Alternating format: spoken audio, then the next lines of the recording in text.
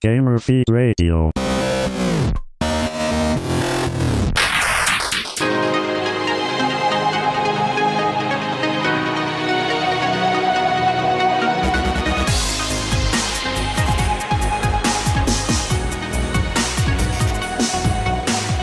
What's going on, everybody out there in podcast land? This is Gamer Feed Radio. Yes, it is. Slight delay in this week's recording due to the holiday break. I hope you had as much fun in beer as we did. Certainly did. I was working the entire weekend. Hey, you know, beer can still happen.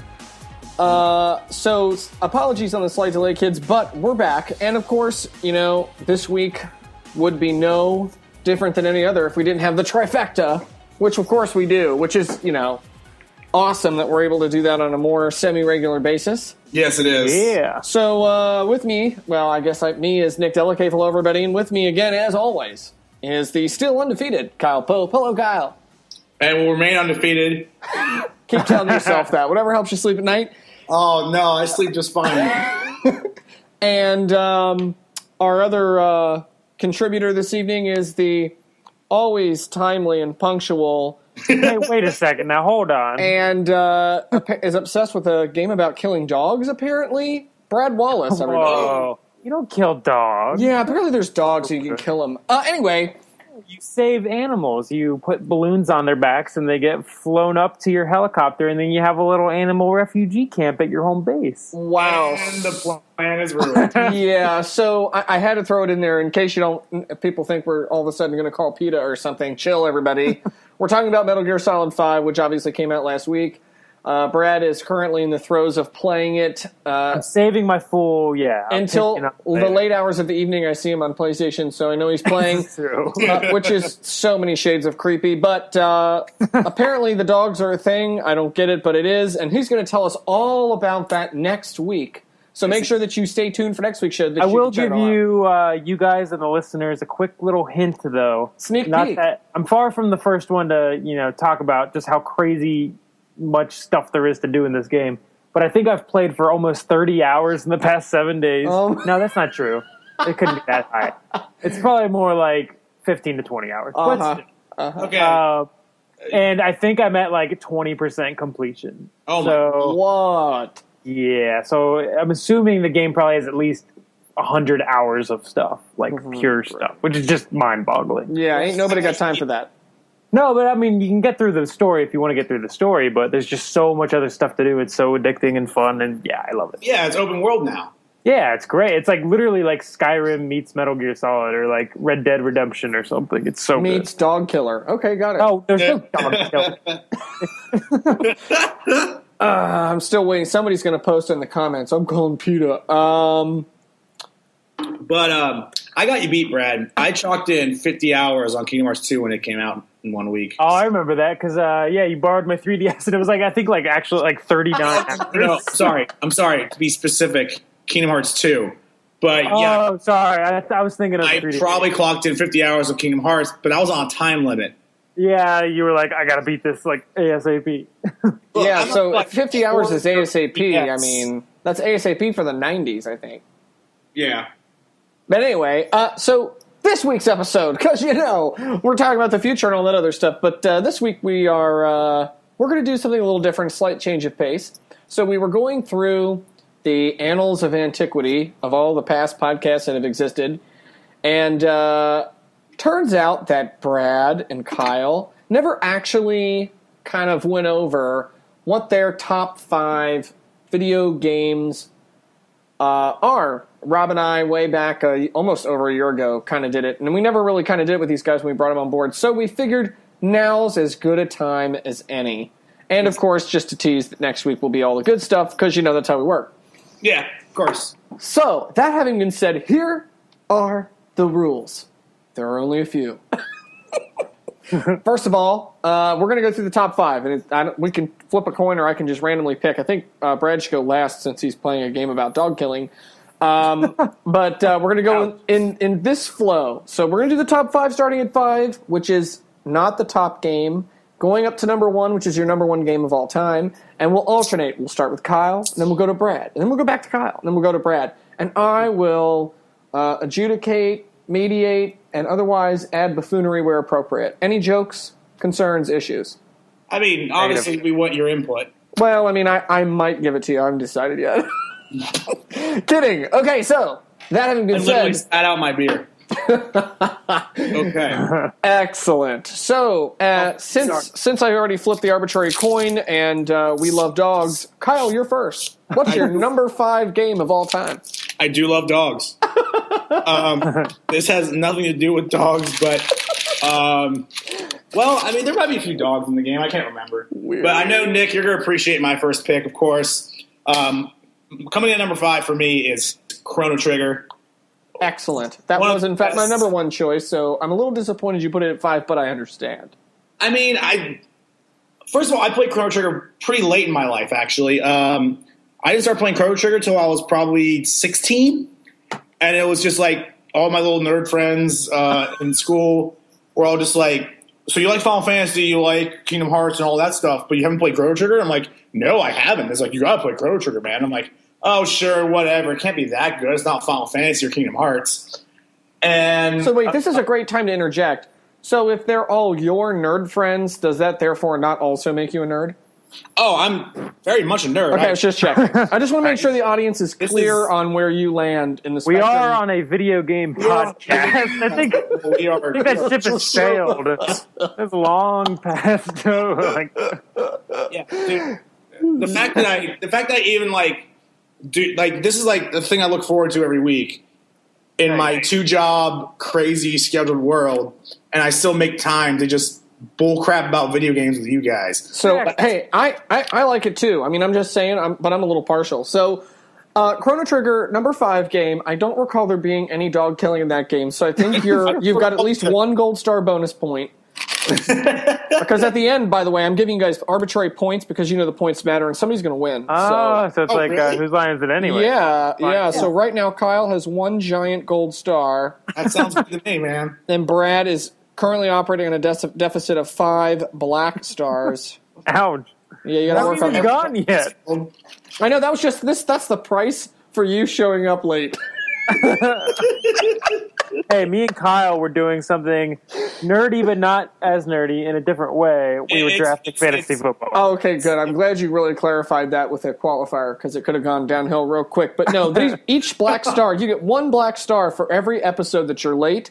So I could only remember 5. He has like 50. Well, what episode are we on? Yeah, I'm going for 5, and then after this, we'll have caught up, and we'll start again at 0, and then we'll come back to the scoring session in the future, I think, because I have a feeling it could be quite humorous. So no dog killings. Kyle gets a gold star. Excellent. Shout out to old school Gamer Feed Radio when we used to play the game where Rob would play a sound effect, and then one of us would have to guess. Yeah, because you beat me in the throes of the last possible second shot your face. Great. Anyway, Chrono Trigger. Yeah. Well, I mean, this is kind of like one of the many, many topics we've beaten to death on this show. I was going to say, I'm not going to stop you. I'm just saying, we've been doing JRPG stuff for a little while. Quite some time. We just did a show. Streak. Oh, I know.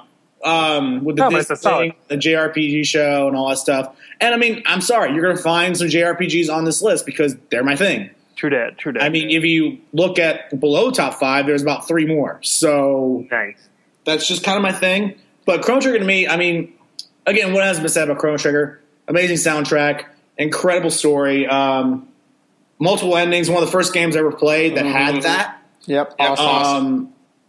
And even, when I was like 16 or 17, when I first started playing it, I was truly blown away by this game. And after I played like multiple Final Fantasies, other JRPGs, I was just, this game is incredible. Like, it's better than most. Better than, in my opinion, all except for 2, which we'll get to that later. But, I'm going to keep this brief because, again, between me and Nick, I think we've talked very highly of Chrono Trigger, and there's no reason for me to even begin to go into why it's great and why people think it's great. It just is. But I mean, there's definitely several points to back that up. Absolutely. Well, if people aren't regular listeners to the show, this is a strong encouragement for you to go back and check anything in the title with RPG, because chances are we talked about it. We have thoroughly destructed the issue, and I'm pretty sure that is a technical term. Yes, it is. Destroyed, but no, it's destructed, because that's how I want to do it. Damn it. Indeed. I like it. The only thing I will say about Chrono Trigger that I think is just amazing is there's this guy called Magus. Spoiler alert, I guess, but like, it really blew my mind playing through this game, and after like fighting this guy who seemed like the main antagonist for a while, like he ends up fighting for you if you do the right things, and that to me kind of blew my mind, because it never occurred to me that I had this set party and I grew them, and I what's the word, to leveled up and grinded. I've grinded, and then May just shows up and I get in my party and he's just like, I spent hours grinding on these characters and he's just stupid strong. He's just like, all my work was for nothing. He is one of my all-time favorite characters in video games. He is a badass. Just because when he is on your team, basically it's him, Chrono, pick your third because they really don't matter. And you go in with Luminaire and his, I forget if it's like Black Hole or something like that, or Anti-Gravity or whatever it is. It's basically the anti-Luminaire. And you just destroy Lavos over and over again until it hurts good, so... It's great. It's spectacular. All right. And just one more thing. Obviously, I appreciate the art style, being a big Dragon Ball Z fan. Akira Toriyama did the art style for the characters, and it's beautiful. Has that signature style he has that I just love so much. I've literally spent pretty much my entire life appreciating his art. So that obviously plays in the fact of why I love this game so much. And yeah, that's all I got to say about Chrono Trigger. Fantastic. Brad, number 5. Ooh. All right, so top 4 were like the easiest thing ever. I could give anyone my top 4 any day of the week ever, forever. Number 5 was so hard to pick. There's like so many honorable mentions I could go. But I'm not going to talk about those. I'm going to talk about my number 5. My number 5. It's a weird one because it's semi-new. This is the newest game on my list. It is 2008's Left 4 Dead, which I think is the best first-person shooter ever made, the best multiplayer game ever made. Just go down the list. The most replayable game, I think, maybe ever. Even though the base game only has 4, hour-and-a-half long campaign movie kind of scenarios to play through, I could play through all of those endlessly, for the end of time and be completely happy. It's just so solid. The mechanics of the game are so fun. The multiplayer, just being able to team up with 4 strangers or 3 strangers online and, go through these and be able to communicate with them or get a party of your friends together. It was really, there's also before zombies became, so overdone. It was it was it was before The Walking Dead, which I think really blew it open. Yeah. But yeah, it was right before it really hit critical mass, and it was still new and fresh that you had this huge zombie game to play through. And it's just so fun. And a lot of first person shooters, like Kyle, I remember talking about, sometimes they're a little morally ambiguous. You're this military dude shooter guy killing Afghanis or whatever, and it's a little But in this game, you're killing zombies, so it's okay. Right. There's no moral gray ground. So, and that game came out my freshman year of college. Yeah. And I lived in a dorm. Next to me, they had a PlayStation 3. I had an Xbox 360, and me and my friends from college, and some of which that I still am friends with today, many nights were spent playing that game. Nice. Absolutely. Because someone bought it, and we're just we can easily, anytime we want at night, just grab 3 of us or 4 of us into a room and play the living crap out of the game, and it is fun. It is fun. It's very fun. The brilliance of that game, and it's really something you don't see very much more in games, because I feel like games have become more of a solitary thing. You're playing yourself. It was really one of the last like original multiplayer experiences where you could just sit down with your friends and play it, and it was fun. Yeah, it really, I mean, it really was, and you don't really see that much in games anymore. Yeah, unless you play online. There will be points in the campaign where like somebody will have to push a button here, and everyone has to dart to this door that's opening. They're like, I forget what they were called. They were like little action moments where they weren't scripted per se. It's not like a Call of Duty game where it's exactly what was supposed to happen is what would happen. But it would be like, you know, hit this lever and then the door is going to open, or this crane's going to move, or the train's going to pull out of the station. Like, you got to time your whole attack and, you know, sprint for the exit based around when somebody hits this button. And it really requires like communication. Like, that's not a game that's really good, like, for single player, like you were saying. Like, you really kind of need other people to play that game and get the most out of it. So I love that game. And when I think of like my, you know, most favorite fun memories playing games, that's just one I had to, you know, just give it to that. Like, it's just so fun, just so good. I think it's my number one most played game on Steam. It's either that or Civ 5, but not to mention I did have it on 360 as well. So I bought that game twice because I like it so much. Excellent. I'm giving you a silver star, which is worth 3 points for that, because only because Kyle agreed with you so much. Otherwise, I had you down for a bronze star, which is only worth 1 point. But Kyle backed you up, so you get 3. You're still -2 to Kyle's 5. Nice. That is quite a gap. Okay, I'll take it. Speaking of Kyle, number 4. Yeah, I actually changed my number 4 pick. So anyone who's ever seen the article we have on our website, it was originally Banjo-Kazooie. Ooh. And do not get me wrong, I love the living crap out of Banjo-Kazooie, but you know what? Growing up, 16, 17 years old, I got my Xbox 360 for Christmas, and I got one game, and that game really, really just kind of changed my perspective on multiplayer and video games and how much fun you can have playing video games with other people. Because, like I said, most of my list consists of RPGs, which are primarily single-player games, and I got to give this to Halo 3. Yes, I knew you were going there, and that one's in my honorable mentions. That was so close to taking Left 4 Dead's spot for me. I love Halo 3. On my list, it's Halo 2, but it's Halo 3 takes it just because it was the first online shooter I ever played.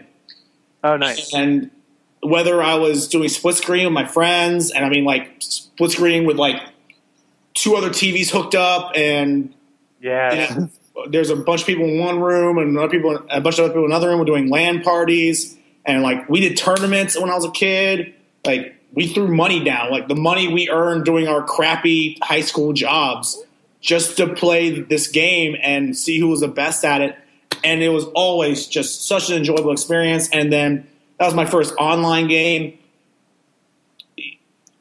The reason why I chose PlayStation 4, but I cannot ignore the fact that it literally is tearing me apart inside that I'm not going Xbox One for Halo, because I love Halo so much. Of all the shooters, like, you know me, I'm not that big of a shooter guy. I hate Call of Duty, except for I like the Advanced Warfare. But I hate Call of Duty. I never played Medal of Honor. I played GoldenEye when I was a kid briefly. But like this Battlefield Battlefield, et cetera, et cetera. I never played those games because I just didn't really like them. But Halo to me was just, it combined what I liked about fantasy with what I like with, you know, America shooting things. It's fun. You're right. There's so much the Halo series had to offer, and the story. The people are often like, okay, whatever about the campaign mode. It's all about the multiplayer. But I legitimately enjoy the campaign modes too. I think they were all good, and you know, co-op was fun. I think we played some co-op when we were in our younger days, Brad. Yeah, totally. Yeah. I definitely remember. Yeah, and it's just great.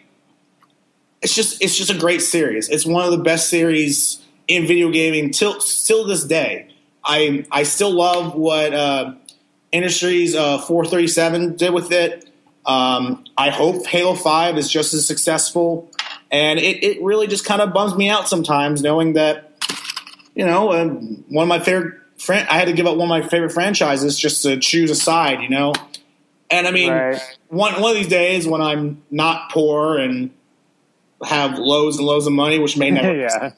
I'll go ahead and grab an Xbox One just to play some of these games like Halo and whatever Rare has to offer and stuff like that.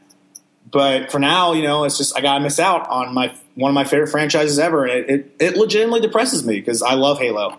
And Halo 3 was one of the best multiplayer experiences I've ever, one of the best experiences I've ever had. So since I largely agree with your statement, and I have to give props to Halo, but I hate the series personally. You only get a silver star, which is worth 3 points. Congratulations, Kyle. Brad, you're number 4. Oh, man. So this is it's a really close tie. It's 2 games in the same series, kind of like Halo 2 and 3 for Kyle, but I have to give it to Super Metroid, even though Metroid Prime is like right there. And depending on the day of the week, I might say Metroid Prime instead.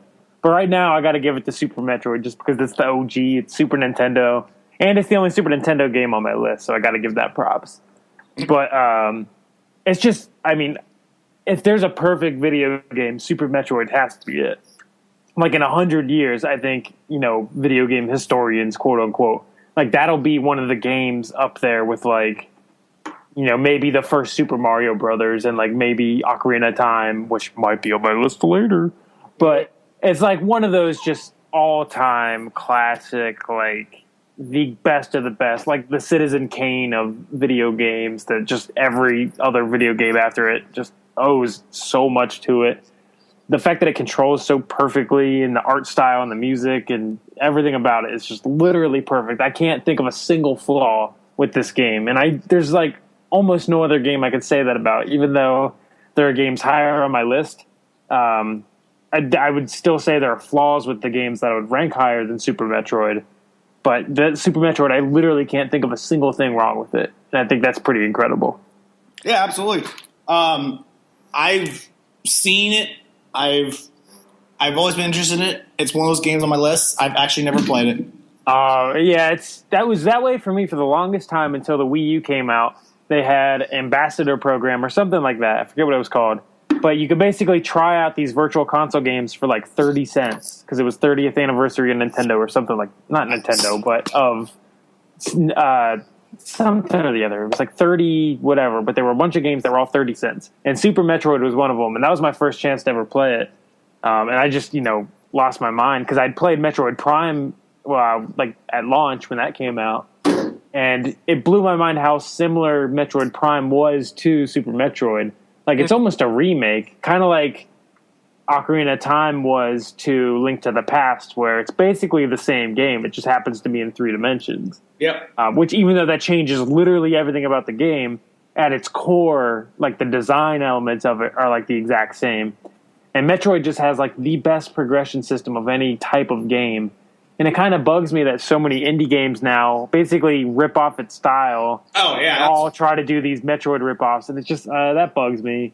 And the Metroid series, as was well documented on this show, Other M, just complete garbage. Federation Force looks like complete, total garbage. Mm-hmm. That series needs to find its footing, and maybe Retro Studios will be the ones to do it. But, God, I cannot give enough props to Super Metroid. That is, like, top dog. It's my favorite Super Nintendo game and one of my favorite games of all time. So that's warranted. Yeah, so Yes. Metroid as a series is pretty good until it wasn't anymore. So you get a silver star. It's worth 3 points. Okay. So you are currently at 1 point. You managed to crawl yourself out of negative territory from your black stars to Kyle's 8. All right, now it's where it gets real serious and tense. Now is where it gets real dramatic. Yes, it does. I may even insert some dramatic music just for effect in the background. Oh, I hope so. Now we're talking about the top 3, so just about to get reels. So, we just to recalibrate the score. Kyle has 8 points. Brad has 1 point. Crawled out of the deficit, and Kyle, your number 3 is. This is by far my most recent game on my list. Well, not by far. Halo 3 and this game kind of came out not ish, but somewhat around the same era. Batman Arkham City. Oh, nice. I am personally a huge Batman fan, whether you're talking about the comics, the movies, the games, the cartoon show, especially the cartoon show, which this game features all of the voice cast from the cartoon show. Well, not all of it, but most of the important characters from the cartoon show, and like Mark Hamill and Kevin Conroy, and the same voice who did Harley. And this, to me, is the definitive superhero game. This is a standard for every single superhero game to come out afterwards. That's what you're trying to get at, or God forbid, beat. Except the parts with all the Batmobile stuff that everybody hates, right? Well, no, it's Arkham City. Oh, okay. Not Arkham Knight. Yep, sorry. Arkham Knight did not surpass City. As a matter of fact, Arkham Knight is not nearly as good as a game as Arkham City. Arkham City took everything about Arkham Asylum, expanded it into this huge open world with all the good villains, all of the iconic things that go with being Batman. All of the things. The stealth, the good storylines, and the fact that it was original. It was an original Batman storyline. You know, they took some inspiration from the comics and from the TV show, but in itself, it's separate from other Batman storylines that exist in the comics and the TV show and the movies. And that to me was very impressive. And that's why Arkham Knight was so disappointing to me, other than the fact that the Batmobile was so maliciously required to complete the game. The Batman Arkham Knight storyline was completely dependent on two specific storylines: the Death in the Family from the comic books and the Red Hood story arc from the comic books and the animated movies. And it was just really disappointing to me that Batman Arkham Knight, from a series that was able to really kind of develop its own sort of Batman lore, relies so heavy on material and kind of took the originality out of the series. But with Batman Arkham City, it was this whole new, different thing with a big world, all the iconic villains, and some villains you didn't even freaking know about, but were just so awesome. And it was a psychological thriller. It got to your head. The ending is by far my favorite ending in all video games. I don't want to spoil it because I know for a fact there are some people who have not played this game, despite the fact that it was a very successful title. And the Batman, the fighting controls so fluently, everything about the exploration, the Riddler trophies, it all comes into being the Batman.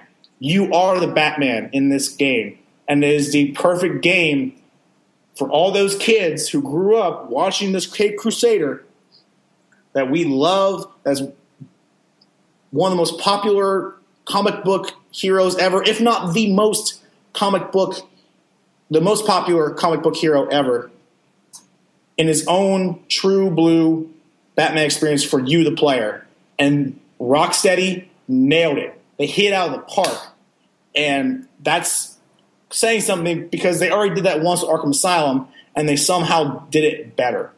Which is never a bad thing. I will tell you that from an arbiter of all things, this podcast, that was never really a series I ever got into, surprisingly, because it's kind of up my alley just a little bit. So because of all of that, you only get 1 point, Kyle. You get a bronze star. Because I haven't really played any of the series, so, Batman's kind of, I enjoyed the animated series when I was growing up too, just like most people, but I don't know. But that's good. I mean, it's a good pick. It's a strong game. It got great reviews, and I think set the stage for the franchise where, Arkham Knight failed. It's the best superhero game ever made. Oh, come on. No, I think Superman 64 is. Come on. Again, I was just about to say, a long list of terrible superhero games. Yeah. Excellent. So, Bradley, you're number 3 on the list of 100 top 10 games of all times. My top 100, top 10, top 5, top 3. So this is a last minute audible. I have to swap my number 2 and my number 3 because these two are basically an even tie. But I'm gonna get this one out of the way because I gotta give props to my real number 2. But number 3, so number 4, Left 4 Dead. Number 5, Left 4 Dead. Number 4, Super Metroid. Number 3 is, drum roll, Metal Gear Solid for the PlayStation 1. Oh yeah. See, when I saw that, I just thought you meant the series as a whole. It is. I mean, I don't know. I'd have to rank the games within number. It'd be like 3.A or 3A, 3B, 3C, 3D, 3E. They're all equally tied for number 3. But no, I don't have any repeat. It's not like Metal Gear 1 is number 3 and Metal Gear 3 is number 2 or something. But right. No. The first Metal Gear Solid is my official number 3 pick. For the obvious reasons. I mean, it's one of those games. It's not actually. I mean, what's funny is it's not actually as good as a game as like Super Metroid or some of the other top 2 games that I'm going to get to.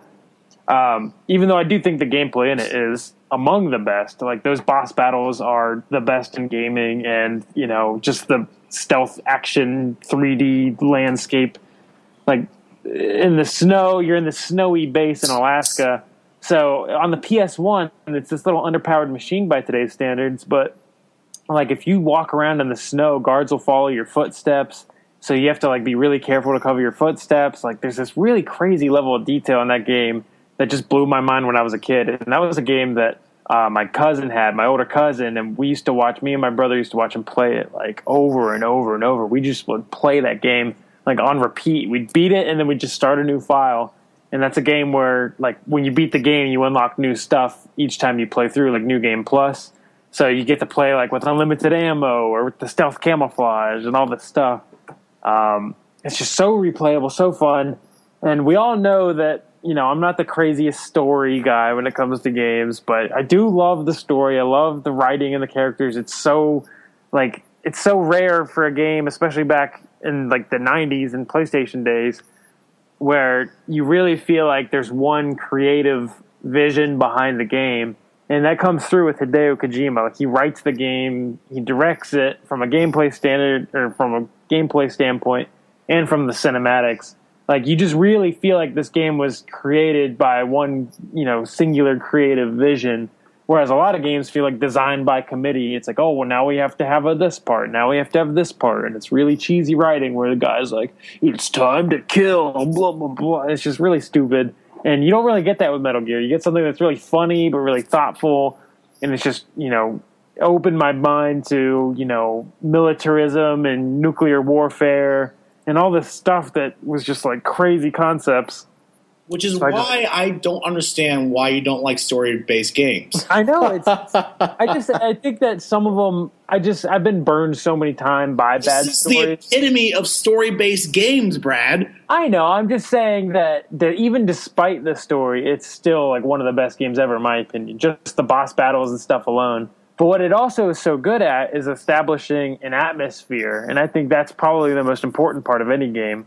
Some kind of consistent, whether it's a visual theme or with the soundtrack or with the gameplay, it just creates this feeling that, like down to the menus in that game. So you have this little radio codec built into your ear, and you use it to like communicate with your, commander guy who's off on a submarine outside the base. So you're using this radio in the game, and there's famous long codec calls where it's just two static faces talking to each other. which is amazing enough that the dialogue is interesting enough that you want to watch these two static faces talk for like 10 minutes at a time. But it's so cool that the game is like built in, like the actual game menu systems are built into the codec. So to save your game, you actually have to call this one support girl, Mei Ling. You have to call Mei Ling, and like she will, like, quote unquote, record your save data or like record your mission data. It really feels organic, and it's so cool that there's this whole atmosphere built around it. You're not just going to the start menu and hitting save. You actually have to talk to a character, and there's this usually funny dialogue that happens, and it's just so good. Like, well, because I have to, and it pains me greatly to say this, that I have to agree that I too enjoyed Metal Gear Solid and the early part of the series. So you get a gold star. You have 5 more points, bringing the total competition 9-6 in Kyle's favor. I'm within spitting distance. So this could be it. This could be the point where Kyle goes defeated. We'll see. Kyle, your number 2 pick. In a moment, Brad, in your defense, like, the Metal Gear Solid franchise, especially in 1 and 2, were absolutely mind-blowing for gaming. It was, I mean, as much as I give you crap for talking about it all the time, like, the only reason why I do is because I know you're right. I wish I could say the same thing. Oh, wait. Ouch.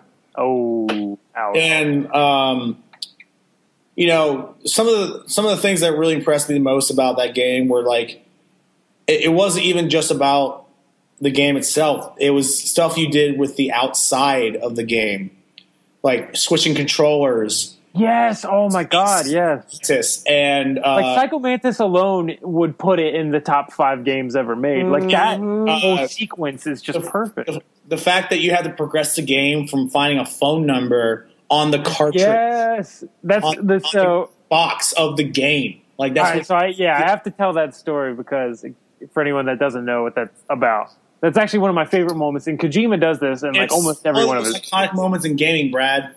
I know, but okay, so it's actually really funny because it's also sort of an anti-piracy measure for people that were pirating PS1 games. So when you buy the game on the olden days, you kids, you couldn't just download games. You had to go to stores and buy them, and they came in jewel cases.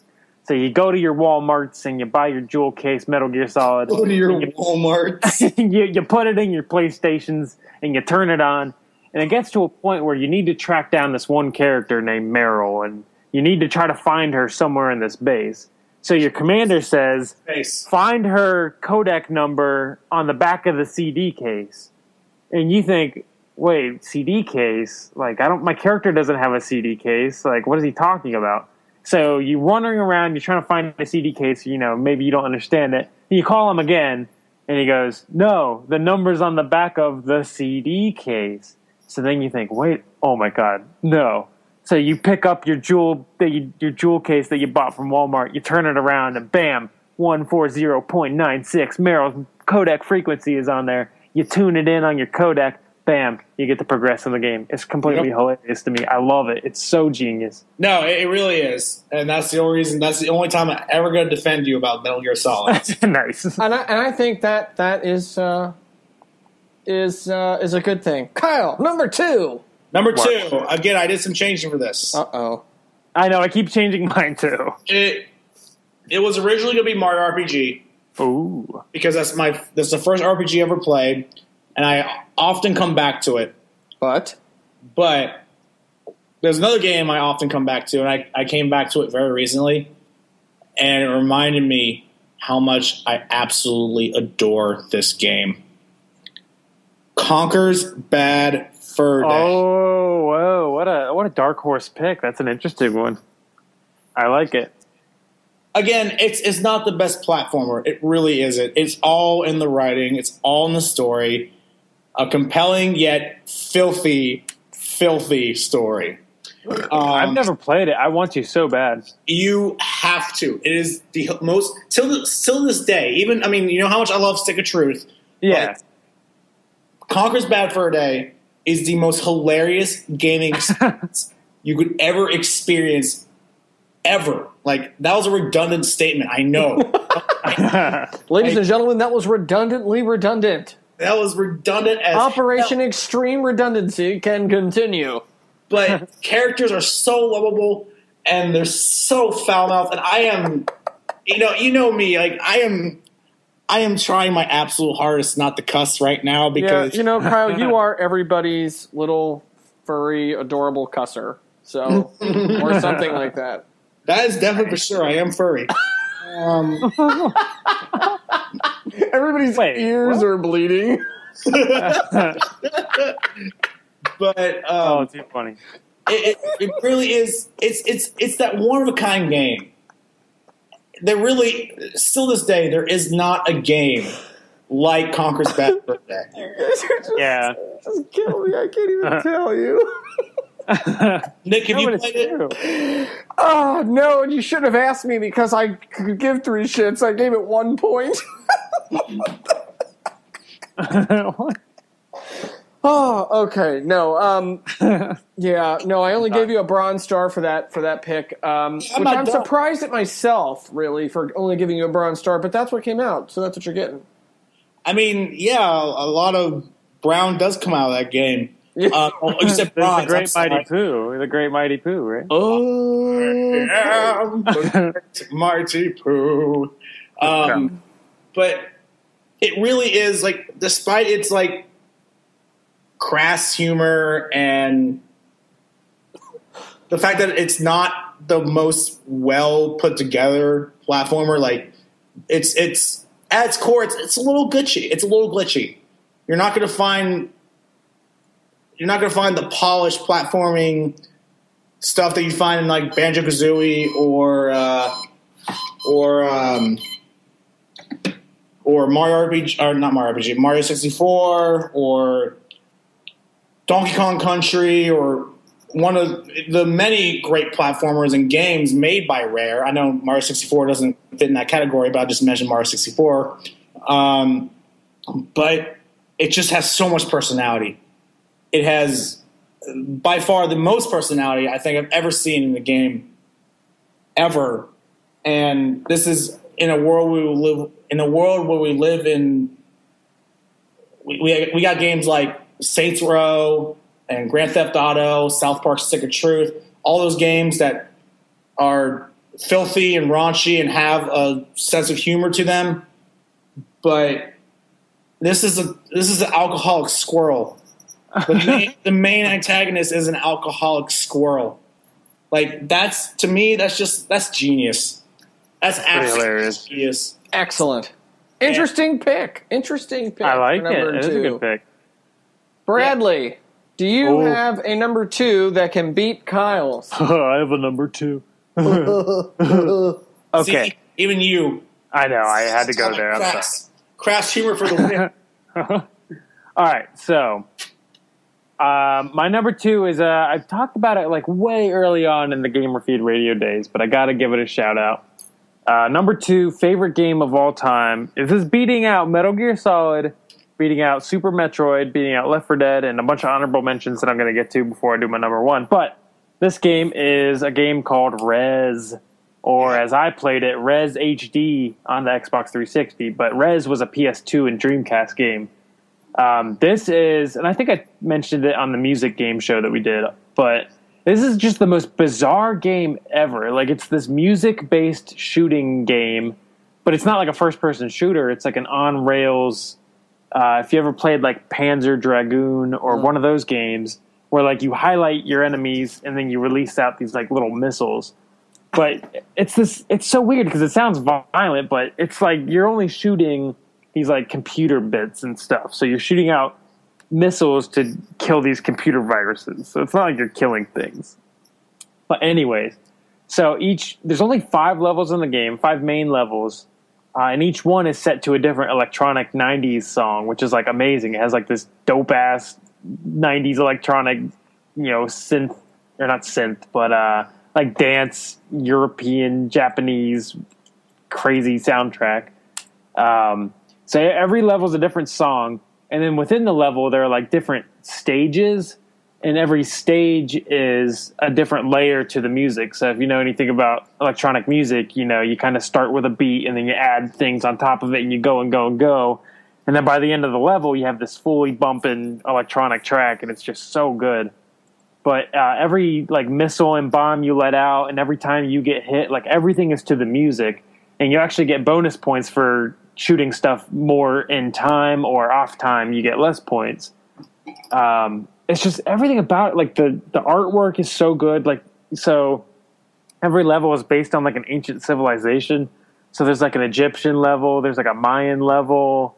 There's some other crazy stuff at the end of the game that I wouldn't ever spoil, but everyone should definitely go play. It just, you go through this like weird ancient history electronic shooting game. It sounds so weird, but everything about it is perfect. That's another game like Super Metroid, actually. They're like, I can't think of a single thing wrong with it. And it's like Left 4 Dead, it's one of the most replayable games I've ever played. So even though there's only 5 levels, you get tons and tons of bonus levels and bonus options and modifiers and score attack and boss attack and all this stuff. And the bosses are great too. Like, it's some of the coolest big enemy bosses like ever. I mean, it's just a game I could rant on and on about, but it's a game that actually, the reason it's so good is it's something that you really need to play to really experience. Like, that's not a game that you can watch a YouTube video of and really get anything out of it. That's a game that you have to be in tune, playing the music yourself to really appreciate. And not to mention, there's this entire like rumble feature to it. And it's hilarious because the PS2 version actually came with what's called a trance vibrator. It was this little, I swear to God, it came with this little circular thing. I think you need to stop right now. No, I promise. This is a family show. It's a hold on. Now let me tell you about the trance vibrator. I think we're past that point now. You plug it into the PS2's like USB slot or controller slot. That's usually the instructions. And you put it on your chest or on your, lap. What? On your lap. Wait, no, hold on. And the point is, it pulses to the music, so it's giving you a physical. Literally, no, hold on. Now, don't. It's hilarious, and it is. Trust me, it's funny. But it's a level you can listen to the music. But what's cool is it's like someone actually like playing music for you. Like if you actually play in a band, you hear the drummer and you feel the beat. With this trance vibrator, hilarious as it is, you're actually feeling the beat, and it's helping you be a better player. And in the 360 version, Res HD, you can actually plug in, I swear to God, this sounds hilarious. You can plug in up to 8 controllers, depending on how many multi-tap or whatever, but really 4 controllers you can plug into one system. But you can, I think it's, if you hook up another Xbox, you can put up to 8 controllers. But you can have them all vibrate to the beat of the music, and you can put them all over your body. Okay, so I would put one on each shoulder and then lay back and kind of put one on my chest. I think you need to stop talking. You need to stop talking. You just get so tuned into it, it just absorbs you. You turn out all the lights, you crank up the music. Oh, God, it's literally like the best gaming experience I think I've ever had. All we have to do now is just have like a Barry White track running beneath the last 2 minutes. So for sheer comedic value, you get a silver star for this pick, which brings our total going into the number 1 picks 10-9, Kyle.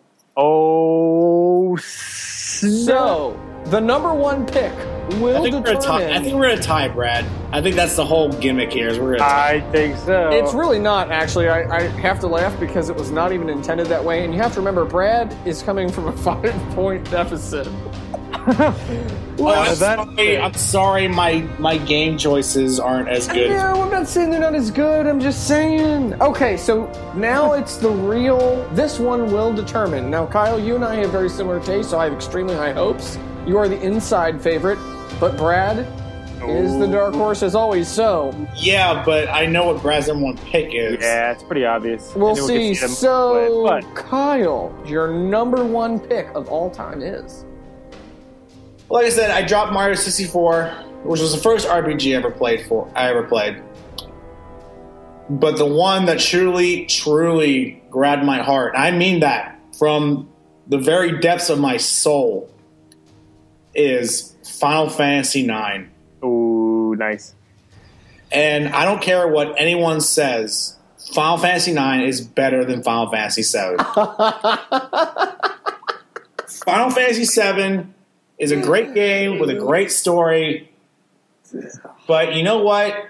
I'm sorry, I don't want to think about evil government business things and live streams and whatever the hell they are talking about in that game. I don't care. I know it's topical. It is topical. That's a very topical game. Even to this day, it's a topical game. Me, there's nothing better to me than a great story, great characters, good love story, good development. Oh, Kyle, you're a softie. It's cute. It is. I am a softie. It's very true, and that's why Final Fantasy IX, sorry, is my favorite game of all time because the characters are just so damn lovable, and they all go through this developmentary period, whether they came on very late in the game. I mean, there's a party member you acquire in the third disc of the game, Armorant, and he goes through his whole thing because he's obsessed with the main character, Zidane, who goes through all sorts of development. He goes from being a lazy man to being this kind of person that doesn't belong in the world, and he has to figure out what he's got to do about it. The villain, Kuja, is one of the most well-developed villains I've ever experienced in my life, despite his androgynous nature. Because he is, if not anything, androgynous. I mean, the guy's practically wearing a thong. He would have gone real well with Brad's last game. Anyway. Hey-o. Mm-hmm. Hey, you leave the trance vibrator. I mean, I'm totally going to put that in the post to see if anybody... I'm going to hashtag Dude, it's a that. real thing. I totally believe you. I mean, it sounds like some kind of futuristic time device, to be perfectly honest. But, we're not judging here. We don't judge. We just... well, actually, we are judging. I'm judging, so... But okay, interesting pick, Kyle. I mean, it's the first Final Fantasy game I played. And I'm going to reserve my judgment until I hear Brad's because we are so close. Yeah, but we all know what Brad's is. You know what Brad's is. Yeah, I think I know what Brad's is, but that doesn't mean it's a gold star. It's a gold star. It all depends on how he defends it. Are we ready, kids? Believe me, I'm going to defend my opinion on why it's not that great. Okay. Oh. This could be interesting. You have only a few minutes here, children, so let's make it good, pithy, and to the point. But, all right, so... No, wait. I'm not done. Yeah. You're not done? The Final Fantasy IX, to me, is the perfect kind of story for the time I was in. I was very young, and these characters were a bunch of teenagers and a bunch of people who had very ignorant opinions about the world and the world they lived in, and they all grew and became better people and stronger people because of it. And to me, that is what makes a good story. And there's touching moments, there's bad moments, there's tragic moments. One of the main characters' mothers die. One of the main characters' mother dies. Garnet,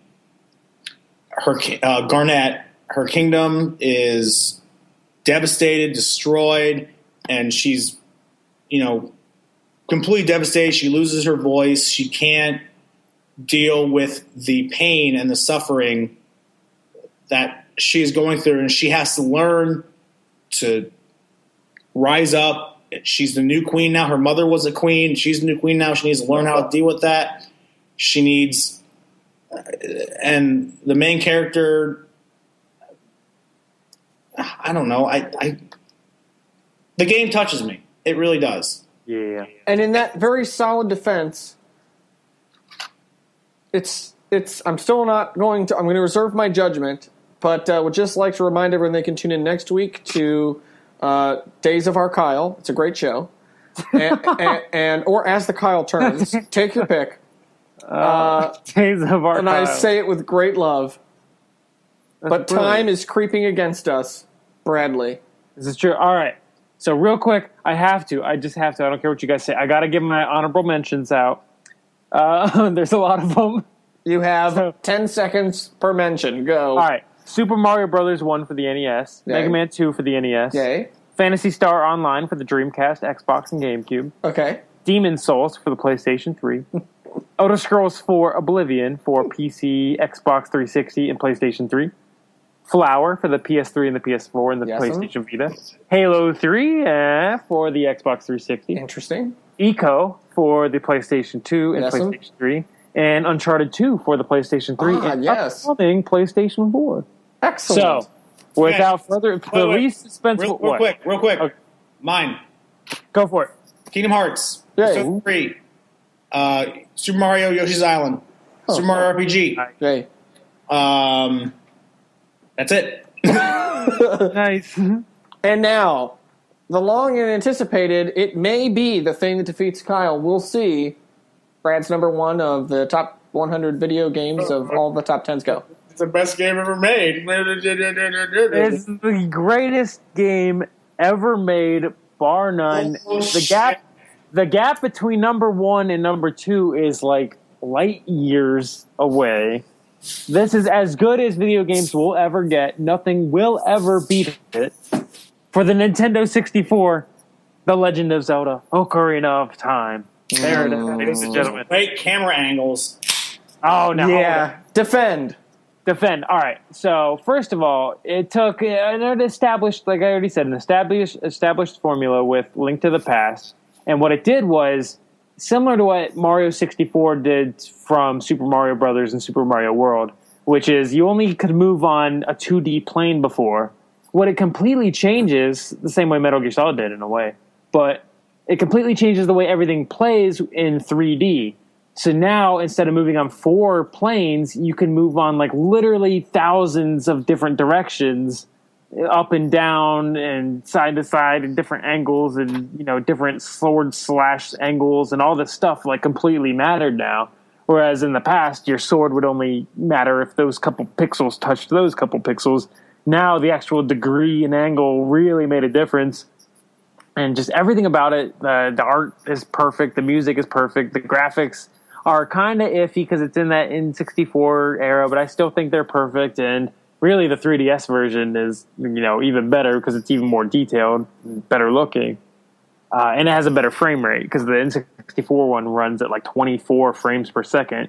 So it's kind of a little choppy if you're, you know, a die-hard shooter guy that only plays at 60 FPS. But as an adventure, it just really feels like the grandest video game adventure. You have this whole fully realized 3D world. There's really open world before open world was called that. You can go anywhere you want at any time and encounter different quests and different items in different orders. And even though it has this story, it's really not bogging you down with constant cutscenes and codec calls like something like Metal Gear Solid does. But what it's really doing is letting you play at your own pace and being able to explore these humongous dungeons with the best boss battles ever. Just everything about it, like it's just perfect. It's just a perfect game. I can't think of a single thing other than maybe the visuals, which have been updated in future releases. I can't think of a single thing other than maybe the visuals that is flawed about it. It's just literally perfect in every way. And it's a game that defined 3D gaming as it is today, like no other game. Like without Ocarina of Time, there wouldn't be stuff like, you know, Arkham City, for example, or even third-person shooters like Uncharted and Gears of War. Like all these games owe that entire kind of adventure style, not adventure, but like action third-person style really to Ocarina of Time. No, they don't. Okay, Kyle, you get a presidential debate 30-second rebuttal. Go. First of all, thank Legend of Zelda for the NES for that, not Ocarina of Time. Secondly... No, because it's a 2D game. Anyone can make a 2D game. Anyone can make a 2D game. My ass. Dude. No, I'm just saying, you only have to worry about 4 directions. 30-second defense. Most games you only have to worry about 2. Go, Kyle. 30-second defense in my... Shut up, Brad. My 30 seconds. 30 seconds starts now. All right. So, first of all, you say, like, you know, you need all these different weapons to beat the boss. No, you need one weapon to beat a boss in every damn dungeon. You need one weapon. 20 seconds. And then you slash the living crap out of it with a sword. In Link to the Past, you need to explore the world. It is essential to be in the game. You can go from dungeon to dungeon to dungeon to dungeon to dungeon to dungeon in Ocarina of Time, and you can beat the game without doing any of the side crap. You can beat the game without doing any of the side crap. And it's the camera, it's garbage. As is it is in most 64 games. So, with all of that having been said, I believe that I have come up with a very fair distribution of points. Oh, no. So, for Kyle gets a silver star for his choice. His impassioned speech worth 3 points, giving him a total of 13 points. And Brad, while I love me some Legend of Zelda, and I do. Now, hold on. And I love me some Ocarina of Time, and I do. You are also getting a silver star, which is worth 3 points, meaning that Kyle wins 13 to 12. Damn right. And as my winning speech goes, I'm going to continue to defend the fact that Ocarina of Time is a shit game. Oh, boo. So, everybody, that brings us climactically to the conclusion of this podcast. As much as we can go on for the 30 minutes about all this, there's some very key takeaways from this show. You should remember Days of Our Kyle. I think that's very important. You should remember hashtag Days of Our Kyle. Hashtag trans vibrator and something about Brad's. Trans, not Caitlyn trans. Oh, I'm sorry. Maybe it's just the fuzziness of Skype, but some kind of vibrator that has to do with being in a trance. Sounds like a really bad LSD trip with your friends. Yeah. I don't want to know. And something about chests and other things was brought up inappropriately. This is a family show. So you decide. Good, bad, do you agree, disagree? Is there something you would have added? Is there something you would have subtracted? Do you think their lists are total garbage? If you do, sound off in the comments on Facebook, which is where this will be posted. Otherwise, I'm not sure how you'd be clicking on it. So that brings us to the conclusion of this show. If you have any thoughts, comments, jokes, issues, agendas, or concerns, feel free to let us know on Facebook or on the Twitter at GamerFeedRadio. We're on iTunes and iHeartRadio. In fact, almost everybody listens to us on iHeartRadio nowadays, so you should too. If not, iTunes is cool too. Leave us a comment in the box and rate us. Give us 5 stars. We would love you if you did that. You can check us out on GamerFeedRadio.com. All the original content that everyone really cares about. Kyle's article, which was a joke 2 weeks ago that I forgot all about. Now it's just there. And that's it. So, until... Look out for when this show is posted. I will comment on it, and I will give you a very detailed description on why Ocarina of Time is not the best game ever made. Perfect. Everyone prepare to sound off. In the meantime, everyone have an amazing week. Until next time, peace out, gamers. Peace out.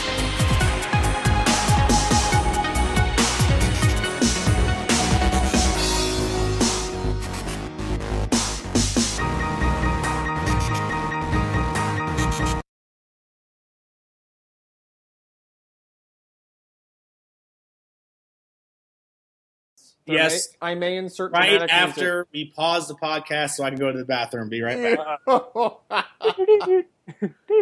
Yeah.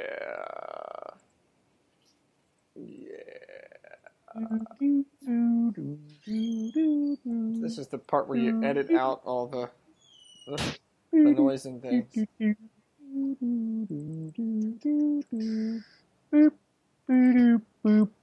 Okay, so it was around 24 minutes.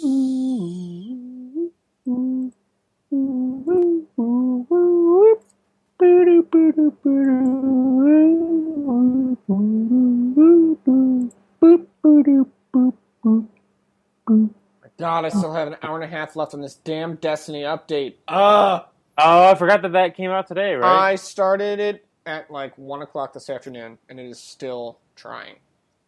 Nice. It's been all day. Ridiculous. All day. Yeah. How many gigs? 18. Damn.